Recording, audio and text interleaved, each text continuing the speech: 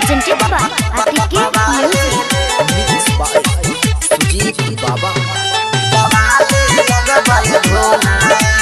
Music by Vikesh Bhojpuria. नया जमाना बायाइल जी रखना भभूति लगाई जी नया जमाना बायाइल जी रखना भभूति लगाई जी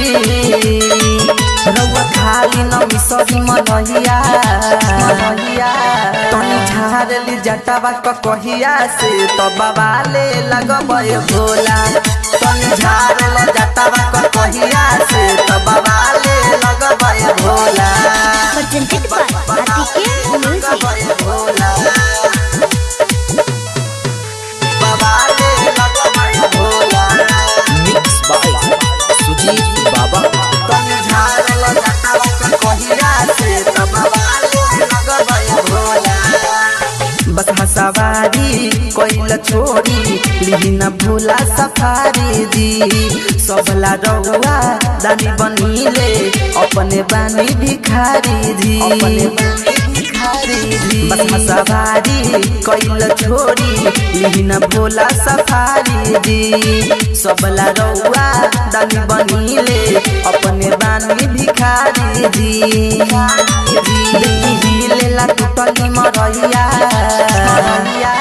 तनी झारली जटावा कहिया से तो बाबा ले लगबे भोला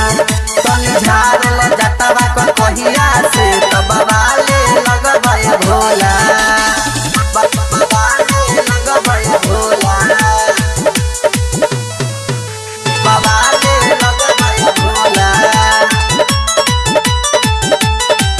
तनी झारल जटावा कहिया से तो बाबा ले लगबे भोला अरे आयो जीत कहत बारे मानना भोला जी बात के नीति दीवाना कमर लेके खारा बारे रात से भोला जी से अरे आयो जीत कहत बारे मानना भोला जी बात के दीनानाथ भी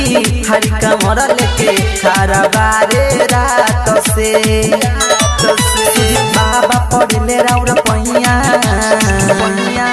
तनी झारिली जटावा कहिया से बाबा ले लगबे भोला तनी झारल जटावा कहिया से बाबा ले लगबे भोला।